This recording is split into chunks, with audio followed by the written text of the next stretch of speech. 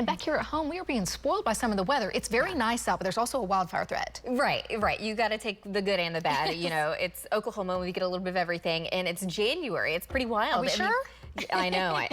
I know. It's pretty mild outside right now. We've got temperatures in the 60s and 70s already at the noon hour. But the bad thing is we have also been very dry. The drought monitor, yeah, it's in that extreme category for really much of the state. It's been a while since we've had a decent rain, and it's not happening today. You can see those mid and high level clouds moving in from the west, and what we're watching is our infrared, and we're looking for any hot spots. And we've seen a couple of those in eastern Oklahoma. You can see that one in Osage County, but it's kind of, well, it's actually come up a little bit, so we're going to keep an eye on that. We've also had some in far southeast Oklahoma. We even had one in Payne County earlier, but it looks like they got a really good handle on that. But that's what we're going to be monitoring throughout the day today. In the meantime, this is our Integris camera, part of our Lucky Star Skycam network. Lots of sun. We're at 64 degrees. We got a south-southwest wind coming in at 19 miles an hour. Temperatures range from the mid and upper 50s to around 60 to the north. Low to mid 70s now showing up in the south and southwest, even upper 70s down there as well. But low to mid 60s here in the metro with the southwest wind between about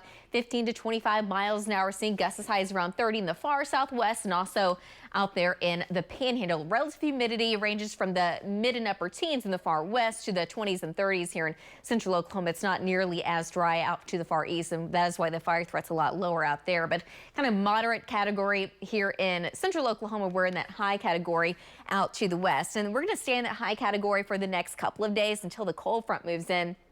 Cold front moves in by tomorrow night. So for Thursday, the fire threat's going to go down. It will be cooler, temperatures in the upper 40s with a gusty north wind, but that wind's going to become pretty light as we head into the weekend. So Friday and Saturday, that's going to be a very low fire threat. As far as burn bans, don't have a lot of those right now. Woodward actually took them out, but Cimarron and Texas County, and we're not going to have as much wind in the far north and west. So that's also kind of why Woodward's not currently in there anymore. But the big picture showing things are pretty quiet across the central and southern plains. We have wind warnings out in the panhandle, the Texas panhandle, and out in New Mexico. But the cold front, it's going to take some time before it actually moves in here. So we will see increasing cloud cover.